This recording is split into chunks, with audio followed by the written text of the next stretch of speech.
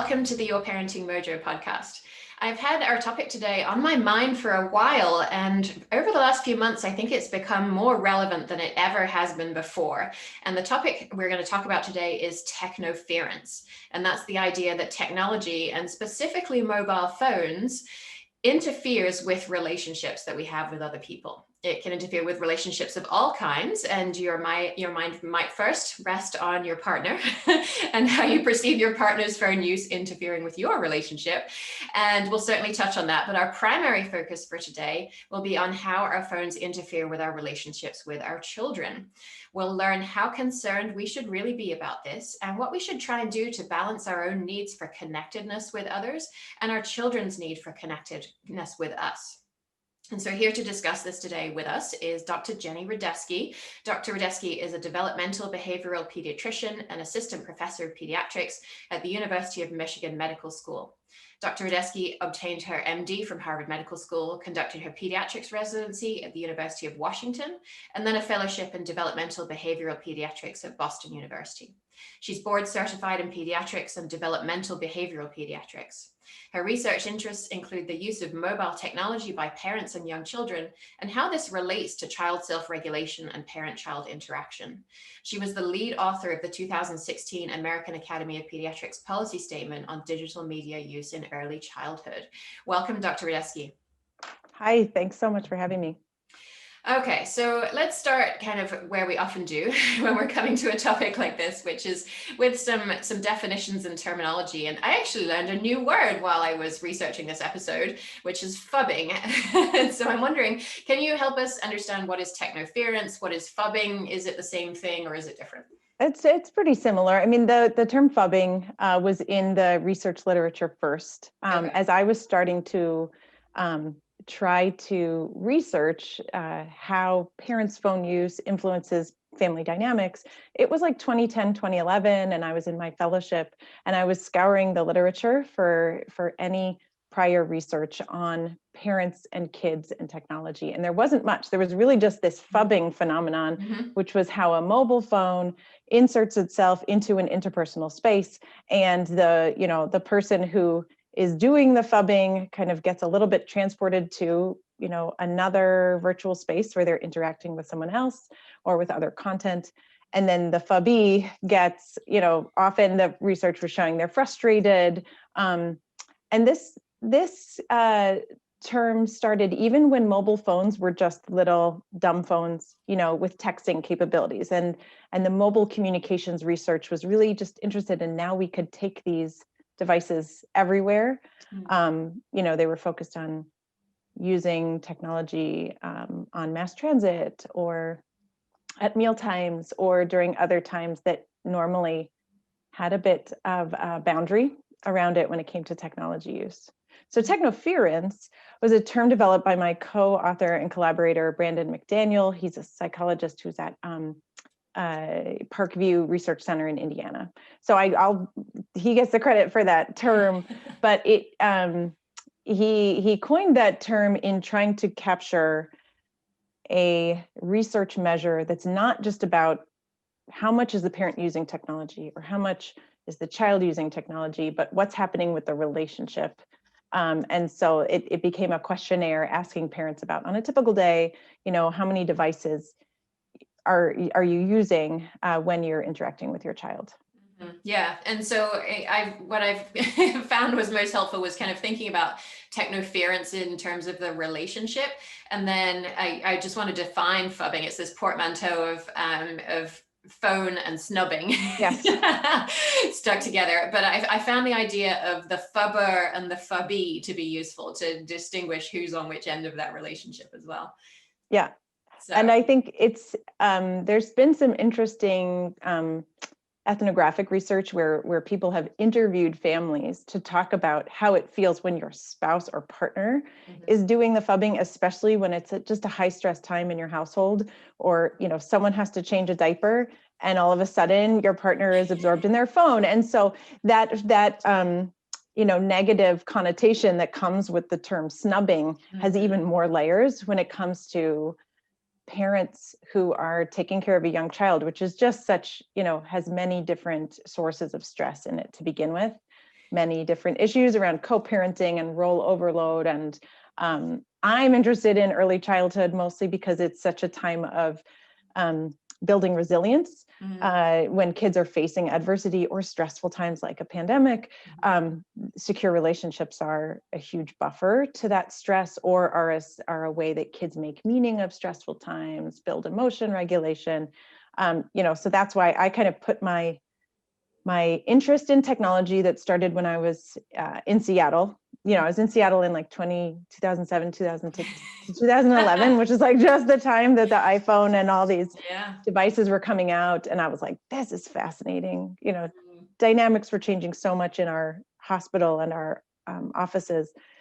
So I took that with my interest in early childhood relationships. And that's where my first study in the fast food restaurants came from, because I was like, I just want to observe what's happening here. I don't want to come in with preconceived hypotheses or notions about this is bad, this is good. I want to observe, take field notes like I'm an anthropologist, and just see the patterns of what's happening. And that study wound up getting so much press attention because there was already this societal kind of concern. Like every time there's new technologies introduced, society gets a bit anxious, they feel uncomfortable, they feel disrupted. This has happened extremely rapidly. The way that we've adopted these new technologies is so much faster than the way radio or, telephones were adopted. So I was a fellow at the time and getting interviewed, by like the Today Show or Al Jazeera America. And I was like, wow, people are really concerned about this. I need to be aware of the fact that this is a hot topic that's going to polarize, that's going to kind of have some implicit judgment in it too. And that's where my research, on this topic started.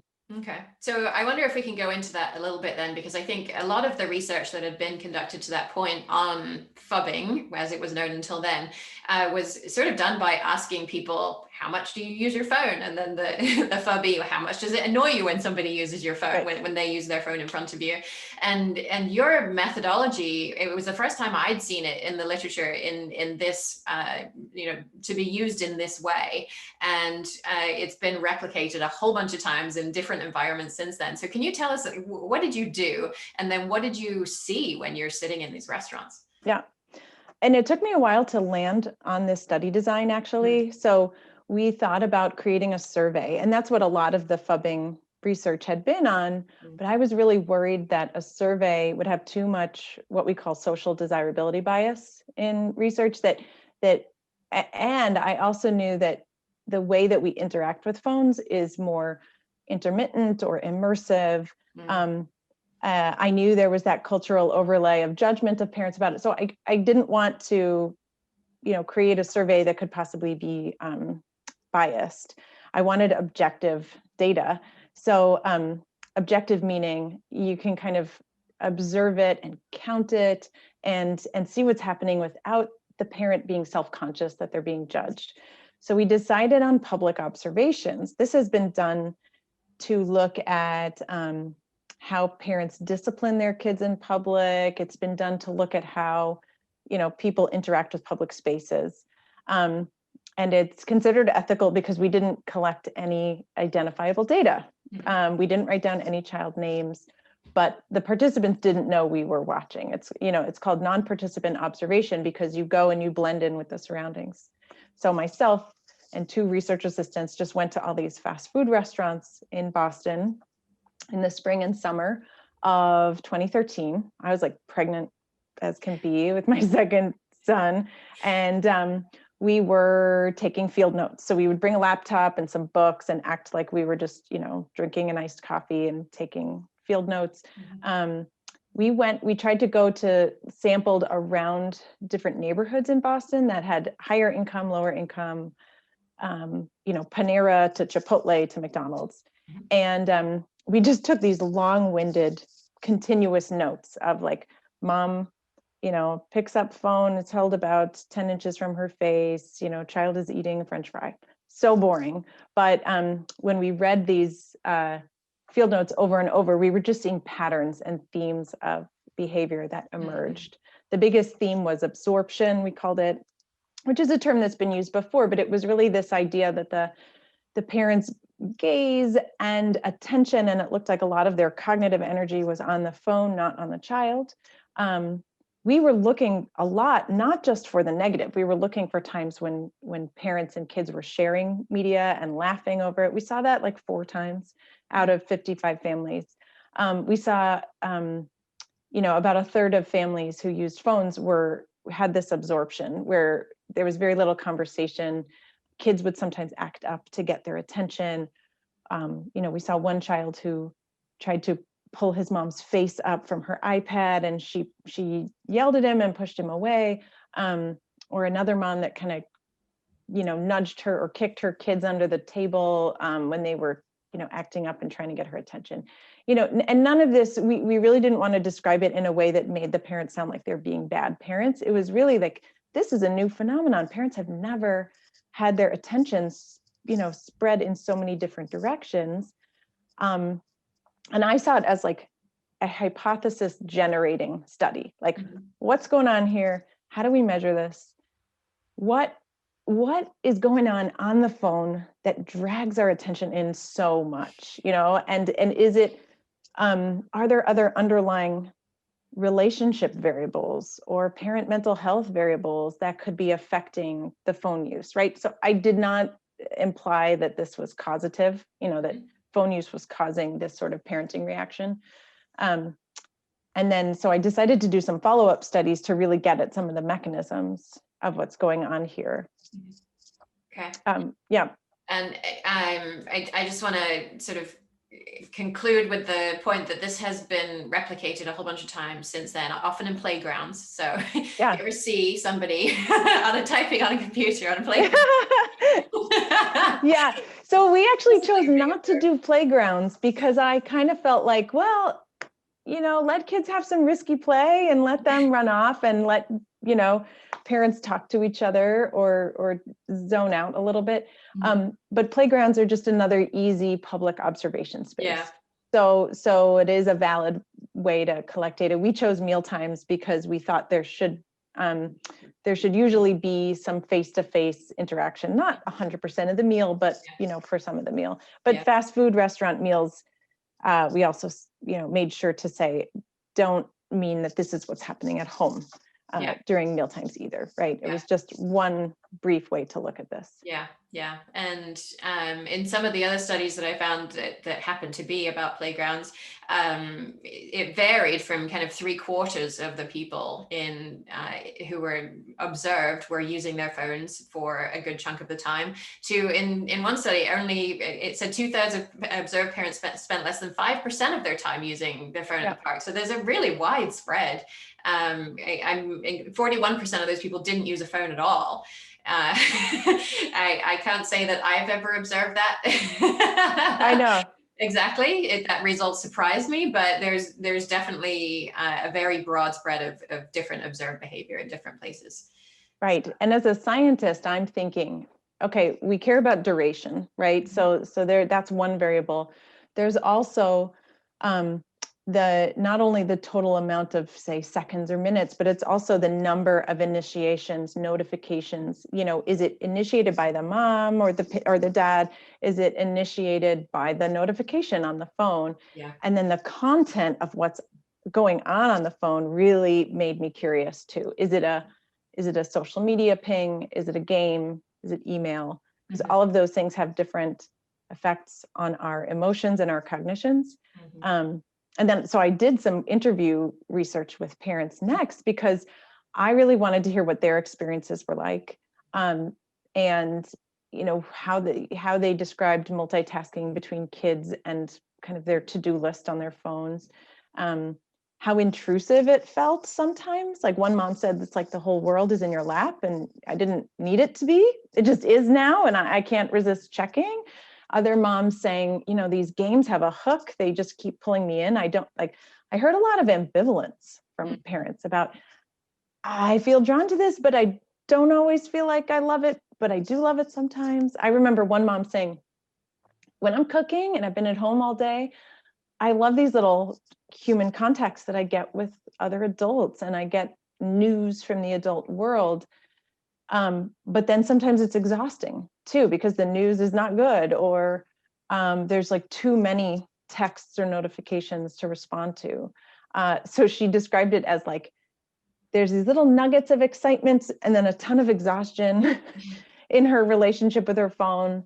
And, you know, I really started to focus on tech design at that point, like how are our phones drawing us in unnecessarily? Because it really felt like in some cases it was undermining parents' own balance and relationship with their phone, and that sometimes they felt like this isn't actually what I needed at this time, but you know, I went to check one thing and I was on for half an hour and now I'm grumpy, you know. So that's there's so many different levels of measurement that we need to get right in the science to give better guidance to parents, because we can't just say turn your phones off. Right. This is how we connect with the world and our social lives, but we can recognize that some aspects of the use are not supporting us as parents. They're not as helpful as they could be. Yeah, I definitely saw that theme in the literature as well. The idea that, especially if we're in a nuclear family and the other parent is at work somewhere, maybe even out of the house all day, or happens to be shut up in another room for the bulk of the day working, and you're with the kids pretty much by yourself for most of the day, then it can get lonely, it can get boring, and the technology can provide an escape from that. On the flip side of that, there was also, research on what happens when we interact with Facebook, and we seem to have this misattribution error where we think that if we go to Facebook and we're going and looking for an experience that's going to leave us feeling better when we come out, and what actually tends to happen is we come out of that experience feeling worse than we went in.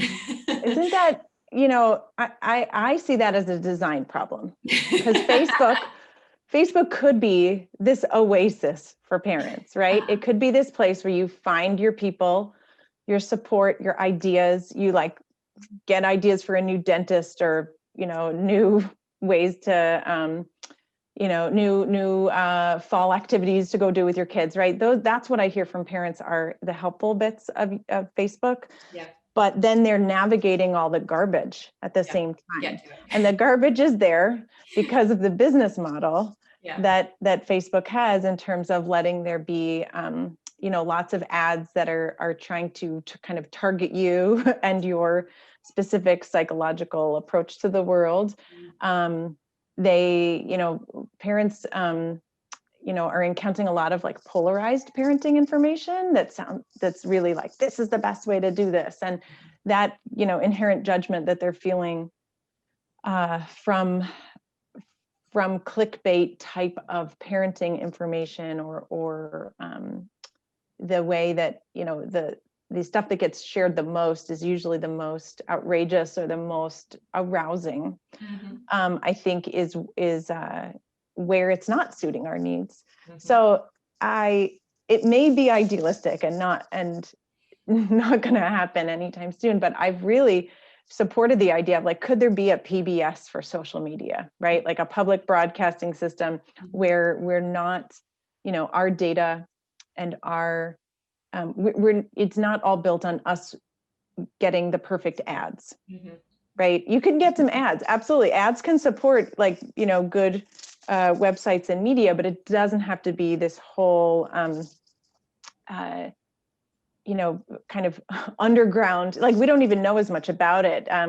There's this really great but thick book called The Age of Surveillance Capitalism by Shoshana Zuboff, where if you want to dig into this sort of topic about this whole, what she calls like the shadow text of like underlying all of these web platforms and social media sites, is data collection, profiling, figuring out who we are as parents, what our vulnerabilities are, and then, you know, auctioning off ads to us. And like, if hearing me say that, I'm like, that doesn't sound parent-centered at all. Who needs that? Well, you know, that's, and when you have design that's really meant to engage us more and make us click more things and make us share more of our information so that the advertisers know us better, it all kind of sounds ridiculous when you have a fussy baby at home or you're arguing it with your spouse and you just need a break and want to connect with your friends. Yeah. So there's my little rant about family-centered design. This doesn't have to feel so hard, but this is where tech design, currently is. There's a lot of pushback against it for sure. But I'd love for parents to feel the right to have some pushback against it as well, if they don't feel like it's. I do wonder if we made it so amazing, people would then want to use it more. That's true. How does that impact? And I think this is the bulk of where the research is, and where parents' interest lies, is what happens to our child, to the Fubby, as it were, and by extension, what's happening in our relationship with the child when we're doing this, when this is going on. And there's been the ways that I see the research on this is that it went from kind of cruder measurements of what's happening with the child. Like my fast food study was, some children just don't talk to their parents, don't try to get their attention. Other children tend to act up, appear to try to do silly things, or, ways to grab their parents' attention, or get them to put the phone down. And certainly my kids have done that to me as well. But those are like really broad strokes of descriptions of children. We then did a study where we had videotapes of parents and kids eating together during this structured task. It was done as part of another study that was looking at obesity and eating styles. And they did this 15-minute task where they introduced some new foods, some familiar foods, and they were coding how much the parents and children interacted about eating. It was kind of a boring task. So that's a natural stimulus for bringing out your phone, which a quarter of the moms did. And that it was this naturalistic kind of capture of real phone use. We didn't manipulate it, it just happened. So we coded, the moms who were using their phone more, talk to their kids less, both in encouraging ways or nonverbal ways too. And the moms didn't differ. The phone using moms from non-phone using moms didn't differ in terms of their depression levels, their parenting style, their income, or their race. So I thought that was a good sign that this isn't just a marker of a parent who is different somehow or stressed somehow. There's some perturbation happening here.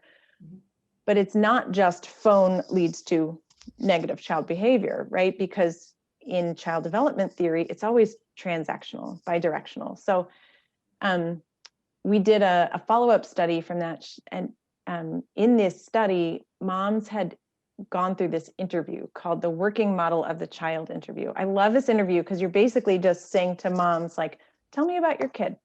Give me 3 words or 5 words that describe them. Give me an example of what made you choose that word. And it is, the interview is coded for how sensitive or reflective the parents are about their child, or how emotionally distant they might be, or critical, or see their child as difficult. And a lot of those things trended with phone use. So moms who use their phones more had more of these perceptions of their child as this abstract, difficult, not really getting in their child's mind of what's driving your behavior. They weren't as reflective about how their behavior impacts their child, or what drives their child's behavior. So that was a sign to me, this either could be a lot of phone use during parent-child times could be displacing these times where you learn to read your kid.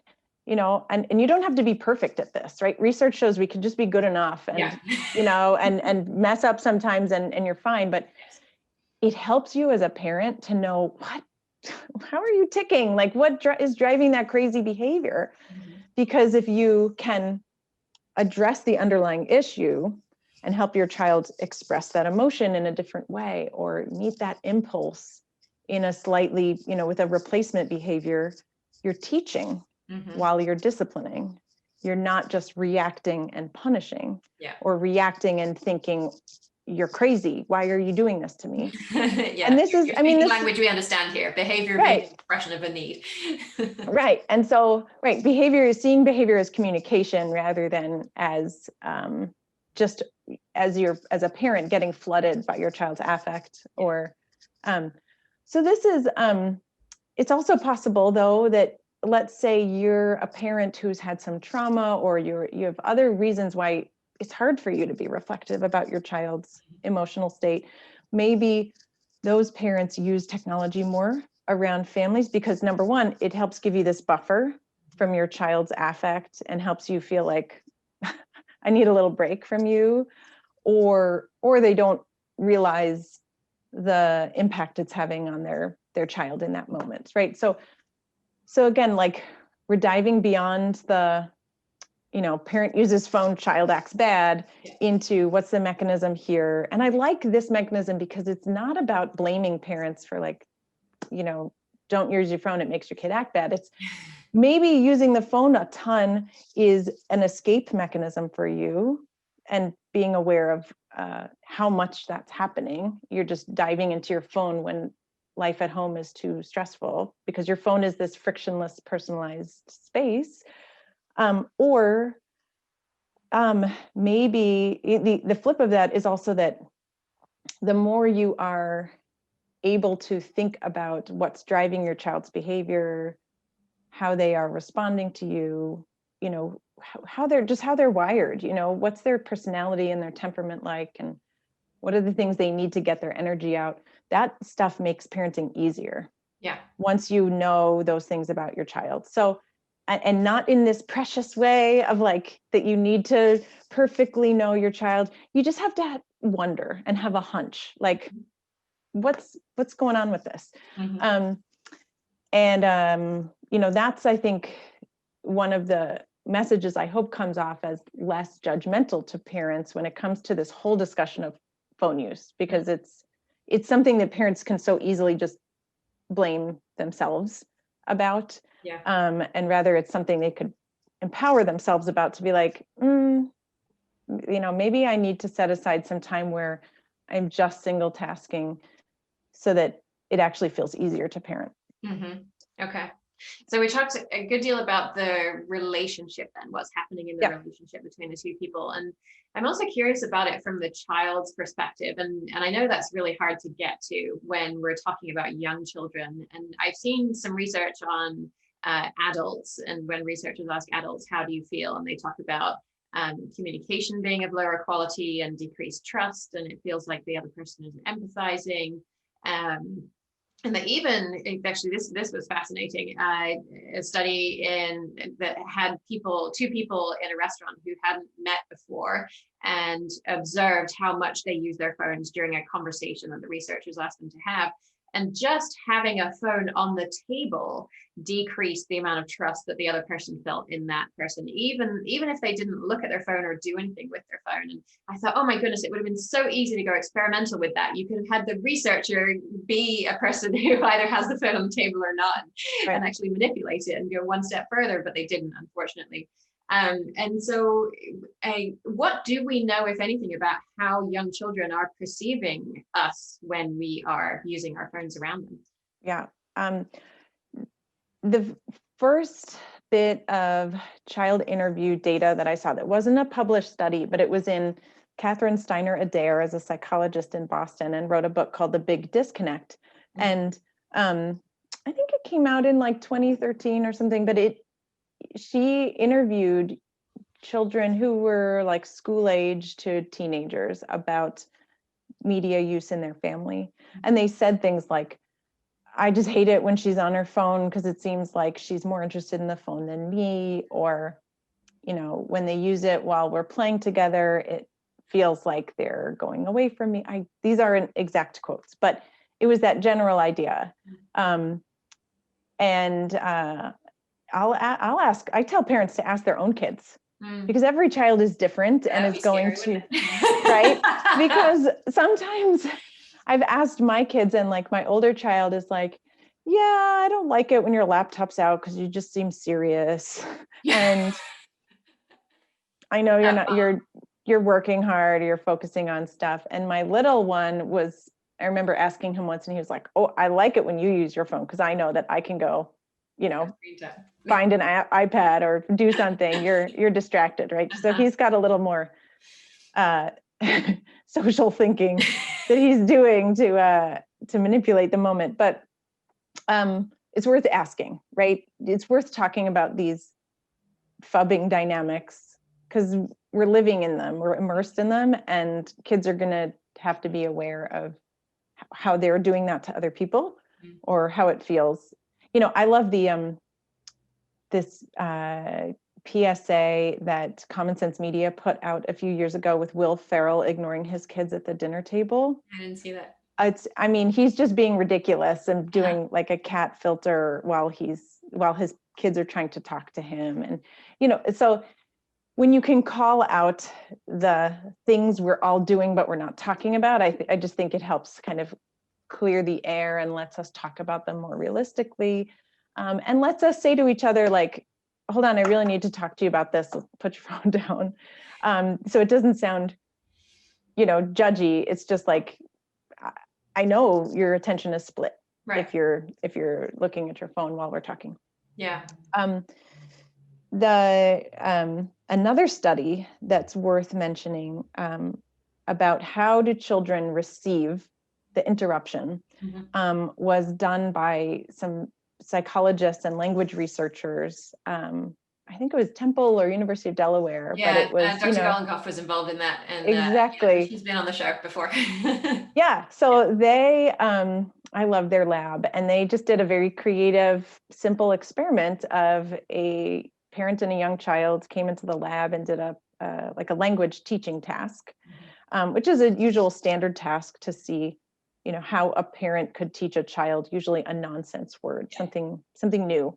Yeah. And they randomized the families to get interrupted with I can't remember if it was a text or a phone call, but it was a phone call. Yeah, but it was brief.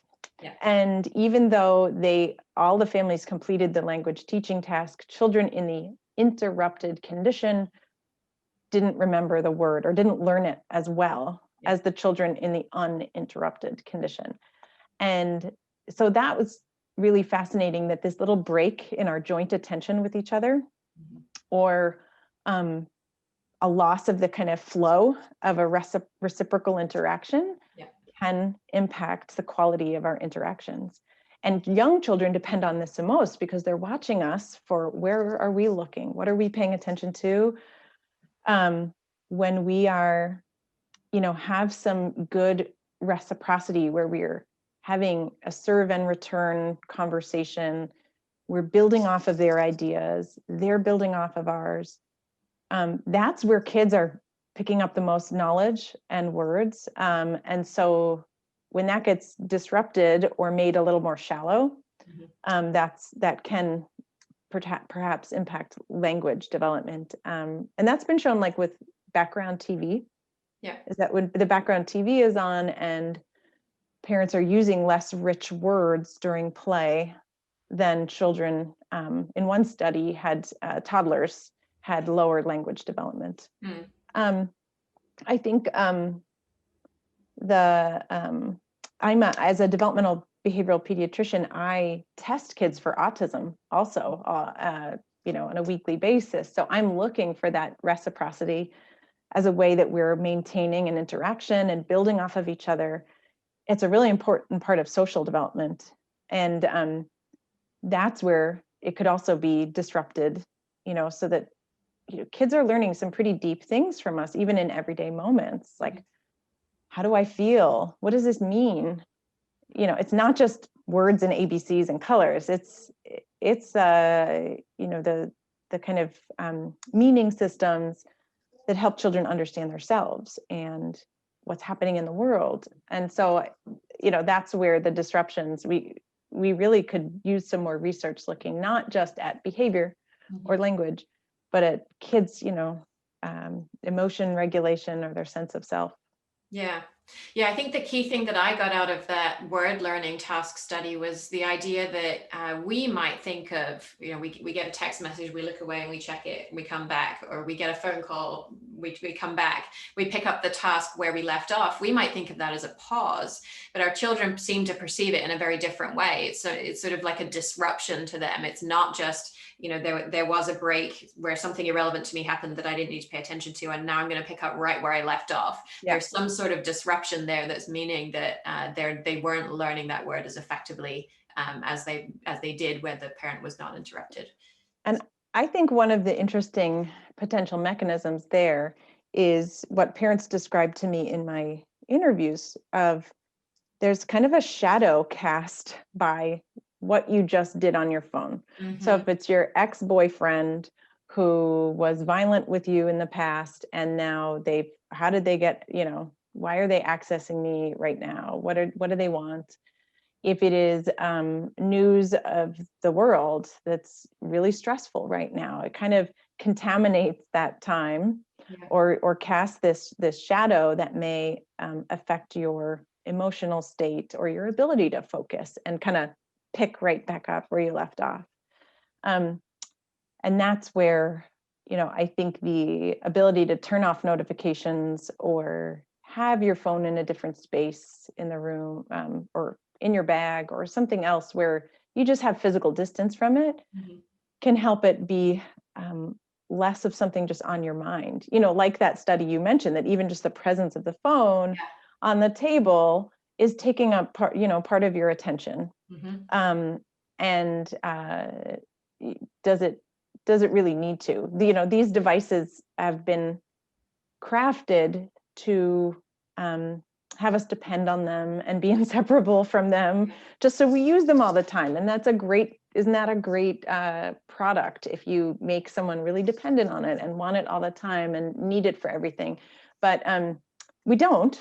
A lot of the time we can be away from it for a certain amount of time, depending if you're on call or you have a sick parent or something like that. Right. Of course, those are times where you do need to really be attached to communication technologies. Okay. And then just as sort of wrapping up this, what are the impacts on the child? I think two things that I'd like to get to is, firstly, as children get older and are more able to start reporting, what happens. And secondly, a study from Australia that we were discussing before we started the recorded conversation, and that sort of seemed to cast a little more nuance on this than it always being bad. So maybe we can first talk about teenagers, because we're going to get there sooner than we might think. And quite a number of studies have found links between fubbing behavior and disconnection in the relationships, which is linked to depression, externalizing problems, and all kinds of things. And obviously it's not experimental evidence, so we can't say that one causes the other. But what kinds of trends here are you seeing as children are getting older related to their behavior, their relationships with their parents? It depends, right? So I definitely have seen that children who just have more sources of resilience, either strong mental health or strong pre-existing relationships, that they may be more resilient to some of the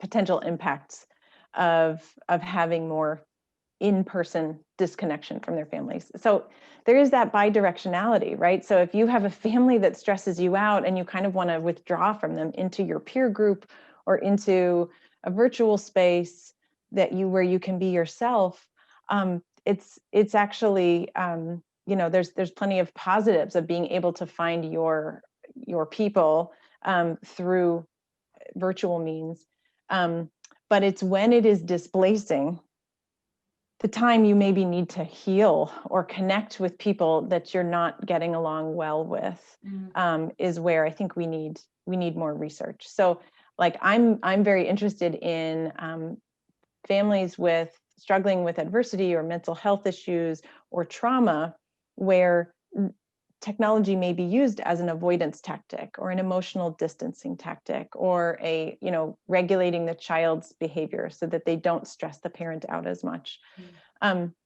Those are displacing important moments of the parent understanding their child's emotional state, and then the child learning about themselves and about how to self-regulate through those everyday interactions that, with enough displacement, are just not going to happen as much.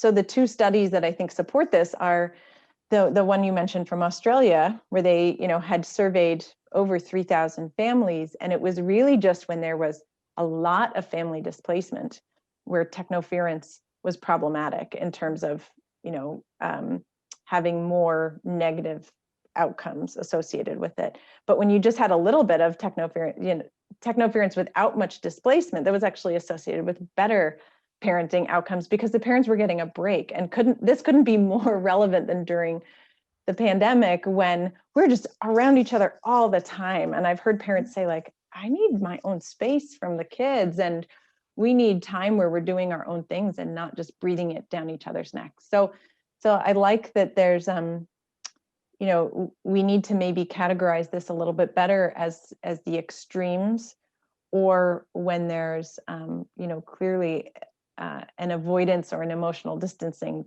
function to the phone use.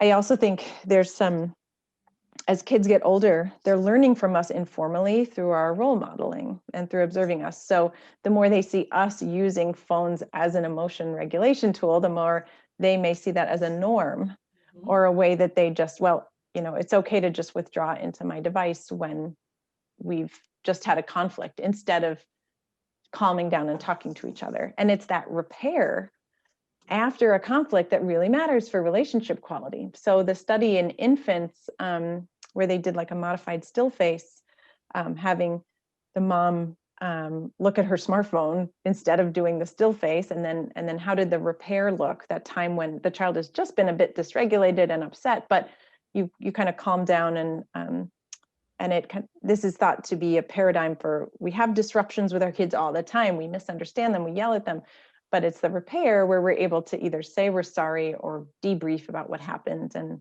come up with some problem solving strategies for later.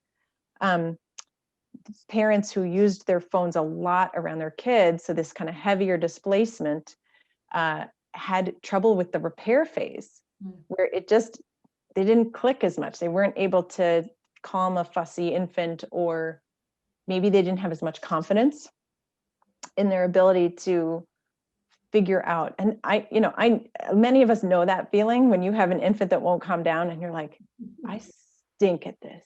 I'm the worst parent ever.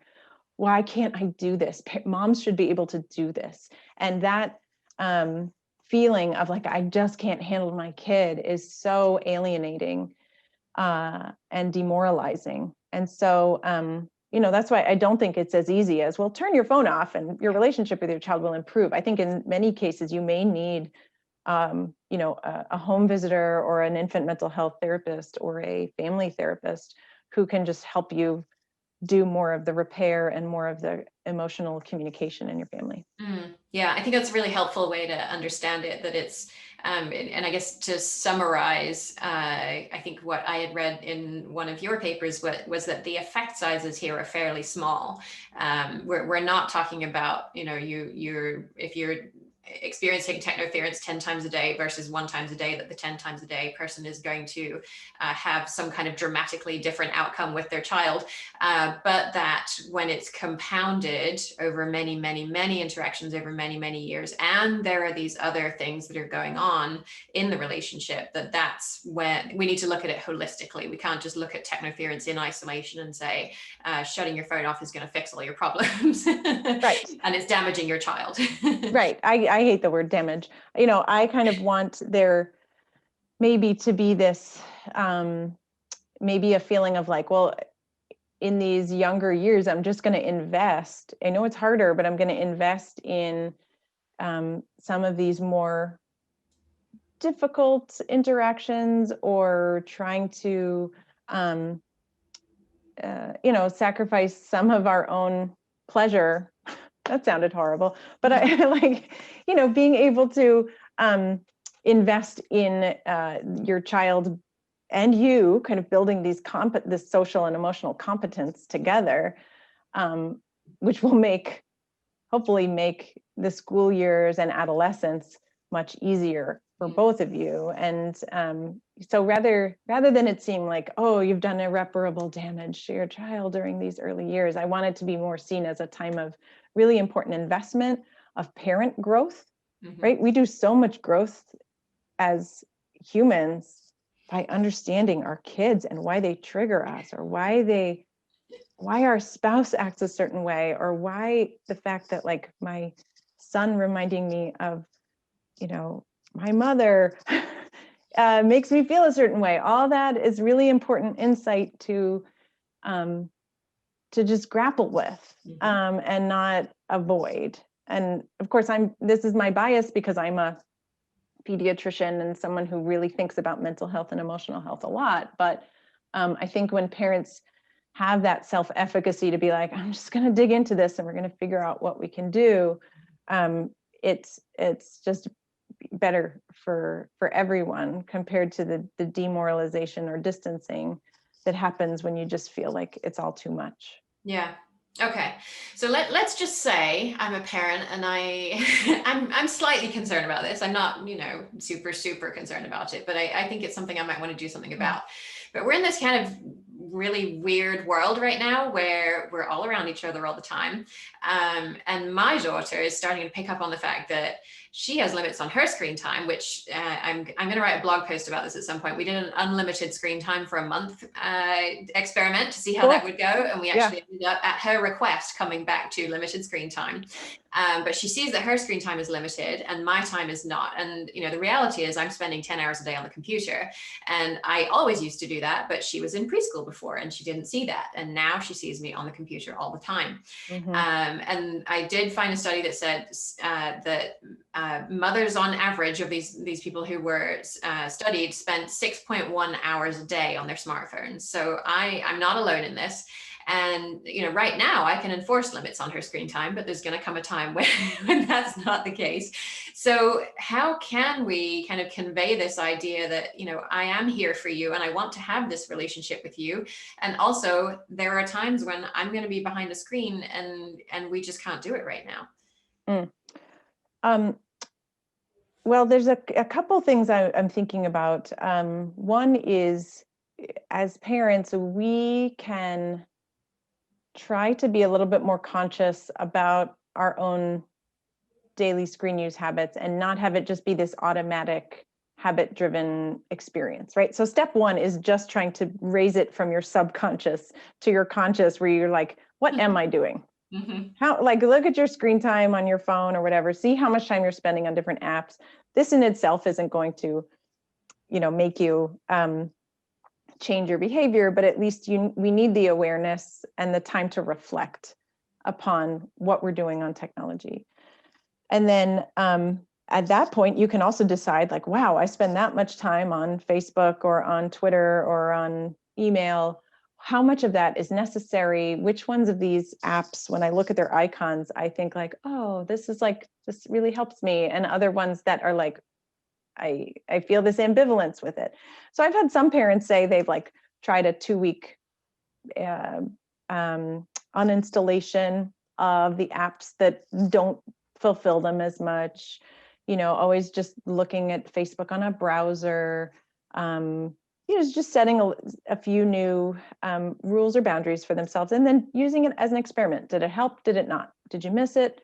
Or didn't you? Did you feel like you had a clearer head?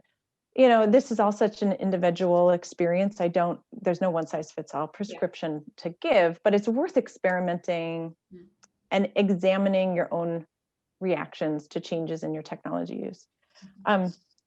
When we can't get off our laptops because we have to work, at least you can show children what you're doing. I like to show kids. You can do it if you want. Yeah, I know. Do you want to hear what I'm doing? I'm reading papers about Technoference. I'm messaging parents on the medical record. I'm not sitting here playing Minecraft. So if you explain the purpose and how you're using technology to meet the greater good, I guess, or just to do your job or to make some money, you have to give kids that larger context of how you're using media, and maybe even talk about your own multitasking.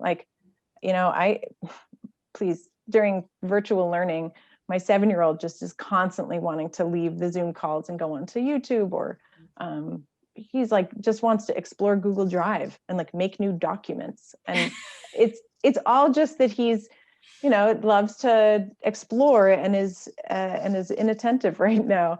So I think we should talk about our own inattention or our own multitasking, or like, how many browser windows do you have up? Why do we need so many up? How do you keep track of, whether the news you've read today is real or fake, or, what is this person trying to sell you when an ad pops up? Why is this cookies notification coming up? Sure.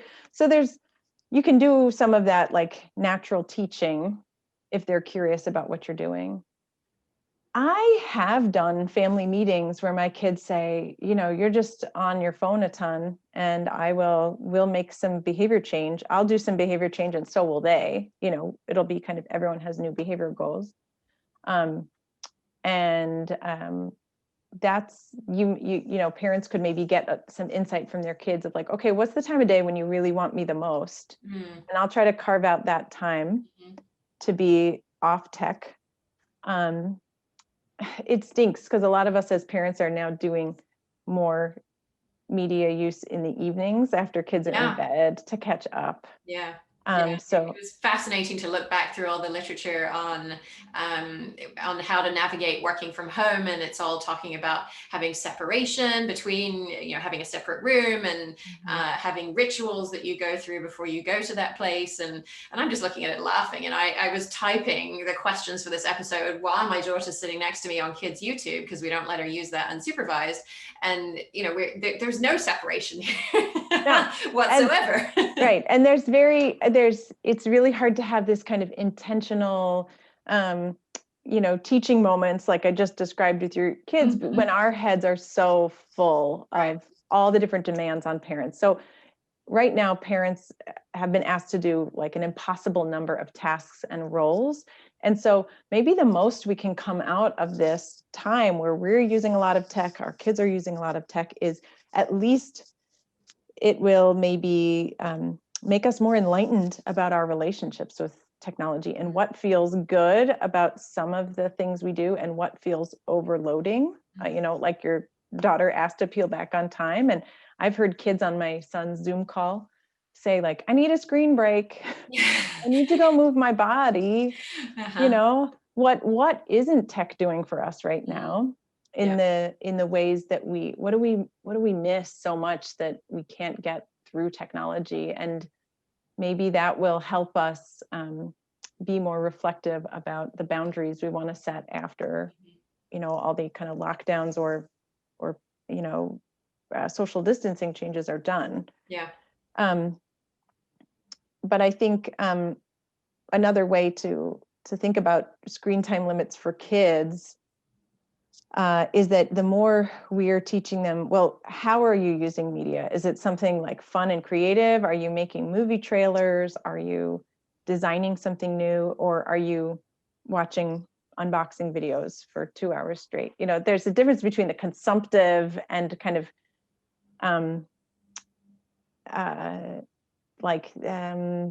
just being not zoned out. I don't like using the words that because we don't know what kids are really experiencing in their inner selves as they're watching an unboxing video. But there's something a little bit escapist in a lot of the, say, like YouTube content for kids, or slime videos, or other things that are just satisfying, but they're not necessarily challenging our brains in new ways.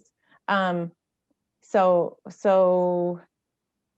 one thing we can do early on is help kids expect that media use is not just going to be sitting there and being satisfied, that it's going to be you taking control and you finding cool stuff, or you making cool stuff. And that to help kids also know how to turn it off themselves, rather than you as the parent always having to grab it out of their hands. So some degree of their own self-awareness and self-regulation around technology, I think, is really important to start talking about, in early childhood. Okay, and then the elephant in the room kind of popped its head up in my mind as we were thinking about that, which is, what if it's not me? What if it's my partner?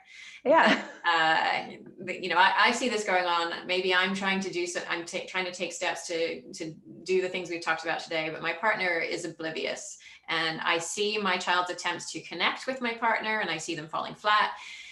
You don't have to speak from direct experience if that's not applicable to you, but it's actually funny because my husband had a flip phone for a long time. Oh, funny. And just got his first smartphone like and now he's 3 years ago, or 2 or 3 years ago. So he has first little iPhone 5S or tiny little thing, and all of a sudden I'd see him just on it, just hanging out by the kitchen sink looking at something, and I was like, haha, you've made fun of me all this time for looking so absorbed in this little computer that I'm carrying around. And it was pretty interesting to watch his own reaction to all that was available now in this. But I finally had to start being like, we just need to put this down while we're talking to each other, because we have such limited amounts of time where we can think clearly and negotiate what our day is going to be like. Mm-hmm. And I don't want to be competing with whatever's coming through that device. Mm-hmm. But again, I do this for a living, so I am pretty straightforward about these topics in my family. And I guess I would just encourage other families to be pretty straightforward about it. Like, this is a thing. It is going on around us. Mm-hmm. We should talk about it. And we should talk about, whenever you're talking about a problem in your family, you can't come in and accuse or tell someone what they're doing wrong. Have a family meeting where you're doing some collaborative problem solving, and you say, I'm seeing this as a problem. What are you seeing as a problem? Well, how do you feel about this? What are some solutions you can think of? And you have the kids involved too, so they can speak up about what they think about the spouse or partner. And you maybe set some ground rules that it's not about telling other people that they're bad, but it's about expressing, and finding a shared solution. So I really like the collaborative problem solving approach that Ross Greene in the Explosive Child, yes. Because it's trying to have everyone's buy-in mm-hmm. in something that's going to be hard for some members of the family. And my husband did try to shut off the Wi-Fi to my phone during meal times. Once we got a new Wi-Fi provider, that was really annoying. Yeah. And I was like, I don't need a policeman. I need, maybe more internal motivation to not be using it around dinner time. Mm-hmm. So I mean, I wasn't using it at the table. It was more just, I'd pick it up whenever, and maybe not help so much as I could have been with preparing, and wrangling the kids and stuff like that. So, that's my advice. I think the conversation about your partner using technology is going to be interwoven with all your other dynamics mm-hmm. about what your avoidance tactics are, or your different emotional communication styles, the role balance in your family. So just know it's got to go deeper than just who's using a phone, but it's one modifiable behavior though. Like, that's why it's worth talking about, because it is something you can put down and extricate yourself from, and it'll be fine. It will. Thank you. Yeah. Thank you for reassuring us, letting us know what's worth worrying about, and for reassuring us. I'm so grateful for you spending your time with us today. Yeah, this was a really great conversation. Thank you. Thank you.